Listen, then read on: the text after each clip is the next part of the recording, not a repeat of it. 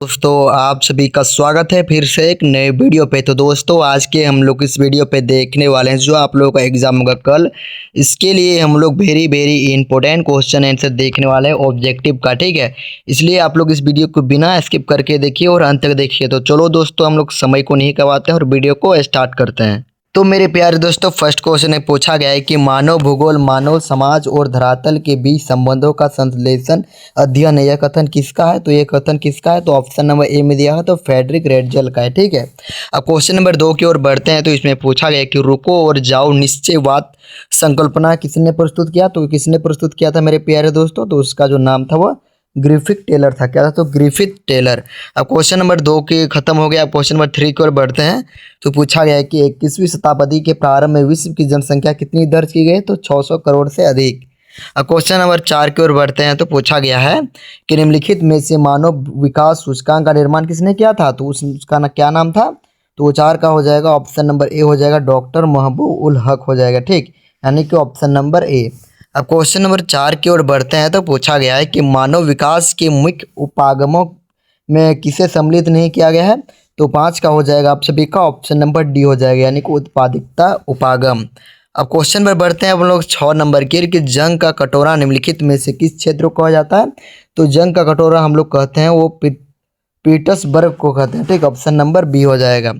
अब क्वेश्चन में बढ़ते हैं। अब 6 नंबर का हो गया। तो क्वेश्चन नंबर 7 की ओर कि आयात निर्यात के बीच मूल्य में अंतर को क्या कहते हैं? तो उसको हम लोग कहते हैं 7 में दिया गया है। तो क्या दिया गया? तो ऑप्शन नंबर ए दिया गया है, यानी कि व्यापार संतुलन कहते हैं। अब क्वेश्चन नंबर 8 की ओर बढ़ते हैं मेरे प्यारे दोस्तों। तो पूछा गया है कि हिमाच्छादित क्षेत्र में स्लेज गाड़ी को खींचने के लिए किन पशुओं की मदद की ली जाती थी? तो हो जाएगा 8 का ऑप्शन नंबर ए हो जाएगा कुत्तों और रेंडेरियो। अब क्वेश्चन नंबर 9 की ओर बढ़ते हैं।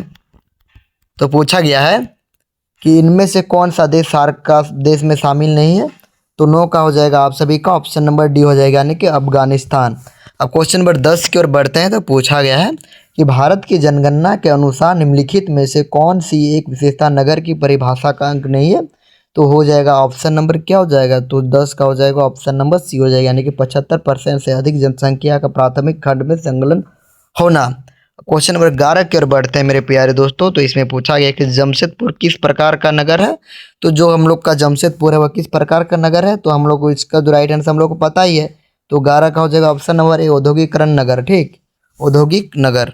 क्वेश्चन में बढ़ते हैं 12 नंबर की ओर कि टोंडा क्षेत्र में इसिकोमो द्वारा बर्फों के टुकड़े से बनाए गए घरों को क्या कहा जाता है? तो इसको हम लोग कहते हैं इग्लू कहते हैं। क्या कहते हैं दोस्तों? इग्लू। तो ऑप्शन नंबर बी। अब क्वेश्चन नंबर 13 की ओर बढ़ते हैं। तो पूछा गया है कि निम्नलिखित बस्तियों के प्रतिरूप में कौन सा सड़क के किनारे विकसित होता है? तो 13 का हो जाएगा ऑप्शन नंबर डी हो जाएगा, यानी कि रेखिक प्रतिरूप। अब क्वेश्चन नंबर 14 की ओर बढ़ते हैं। तो पूछा गया है कि निम्नलिखित में से कौन सा संचित क्षेत्र में भूमि निम्नीकरण का मुख्य प्रकार है? तो 14 का हो जाएगा ऑप्शन नंबर क्या हो जाएगा? तो ऑप्शन नंबर सी हो जाएगा, यानी कि भूमि लवणता। क्या हो जाएगा? तो भूमि लवणता, यानी कि ऑप्शन नंबर सी हो जाएगा, ठीक, समझ में आ गया 14 का सी। क्वेश्चन में बढ़ते हैं हम लोग 15 नंबर की ओर। तो इसमें पूछा गया है कि सामूहिक कृषि को सोवियत संघ में किस नाम से जाना जाता है? तो हम लोग सोवियत संघ में क्या कहते हैं? सामूहिक कृषि को हम लोग क्या कहते हैं मेरे प्यारे? तो कोलखोज कहते हैं, ठीक, कोलखोज। अब क्वेश्चन में बढ़ते हैं 15 नंबर हो गया। क्वेश्चन नंबर 16 की ओर बढ़ते हैं मेरे प्यारे दोस्तों। तो पूछा गया है कि जल संसाधनों का संरक्षण क्यों जरूरी है? तो इसलिए जरूर है किसके लिए? तो जल की कमी के लिए भी होता है, ये जरूरी है।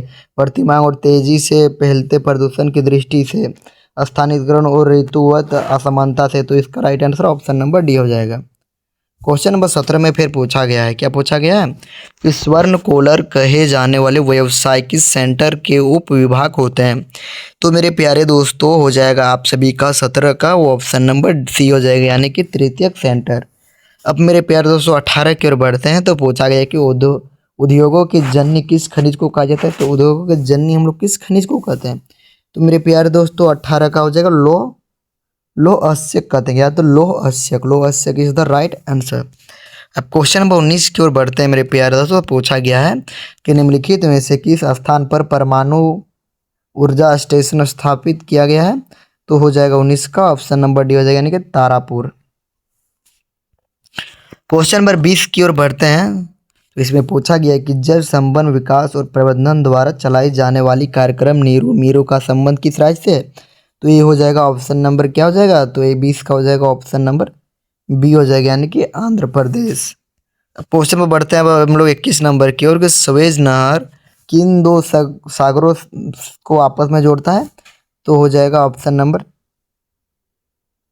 बी हो जाएगा, भूमध्य सागर, लाल सागर। क्वेश्चन नंबर 22 कि निम्नलिखित में से कौन सा घास स्थल ऑस्ट्रेलिया में स्थित है? तो हो जाएगा आप सभी का ऑप्शन नंबर बी हो जाएगा, ठीक है, उसको हम लोग टाउन्स कहते हैं। क्वेश्चन नंबर हम लोग 23 की ओर बढ़ते हैं मेरे प्यारे दोस्तों। तो पूछा गया है कि प्रतिकृष और अपकृष कारक उत्तरदायी है, तो किसका उत्तरदायी मेरे प्यारे दोस्तों? 23 का हो जाएगा ऑप्शन नंबर ए हो जाएगा, प्रवास के लिए। अब क्वेश्चन नंबर हम लोग 24 की ओर बढ़ते हैं मेरे प्यारे दोस्तों। तो पूछा गया है कि 2011 की जनगणना के अनुसार भारत की कुल जनसंख्या कितनी है? तो इसके अनुसार हम लोग बोल सकते हैं, तो 24 का हो जाएगा ऑप्शन नंबर क्या हो जाएगा? तो 24 का हो जाएगा ऑप्शन नंबर बी हो जाएगा, ठीक, 121.02 करोड़ हो जाएगा, ठीक। अब क्वेश्चन नंबर 24 देख लिया। 25 की डायमंड हार्बर किस नदी पर स्थित है? तो 25 का हो जाएगा ऑप्शन नंबर ए हो जाएगा, हुगली नदी। क्या हो जाएगा? तो हुगली नदी। क्वेश्चन नंबर 25 हो गया। तो 26 की ओर बढ़ते हैं। तो 26 में तो सब्जेक्टिव दिया गया है, ठीक है, तो आप लोग सब्जेक्टिव भी देख लीजिए किस प्रकार पूछा जाएगा, ठीक, कि संभव वक्त क्या है, जनसंख्या वृद्धि को परिभाषित करे। 28 क्वेश्चन नंबर 28 में बताइए गहन कृषि से क्या कहते हैं। अब 29, 30, 40 ये सबका आप लोग देख लीजिए पीडीएफ में, ठीक, कैसा कैसा आप लोगों का सब्जेक्टिव पूछा गया और कितना कितना क्वेश्चन रहेगा वो भी ध्यान से देख लीजिए।